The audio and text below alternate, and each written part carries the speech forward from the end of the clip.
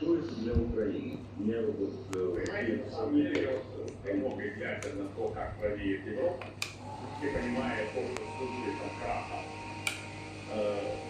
усилий Запада по помощи Украине, она может поправить еще сильнее, и тем не менее с большим любопытством... 16 седмици, 17 седмици.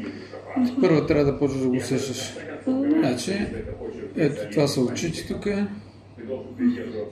Ето ръката. Сърцето. Плацентата. Ето си отваря устата сега. Това е тялото на бебето. Това са кръчетата тук.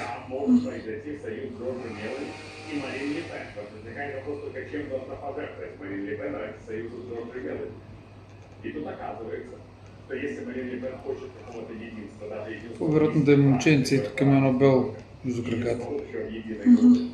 По-вероятно да е момченце, ма е още много малко. Като порасне, тогава ще не е ясно. Аз ще искам момиче. Не знам, колко дойде сега. Да. Може да е момче, може да е момиче, не знам. Да. Всеки си иска неговото. Да, не се знам, каквото и да е. Може ли да питам, ви това израждате ли или сам преглед? Преди болницата не ходи. Има сестра.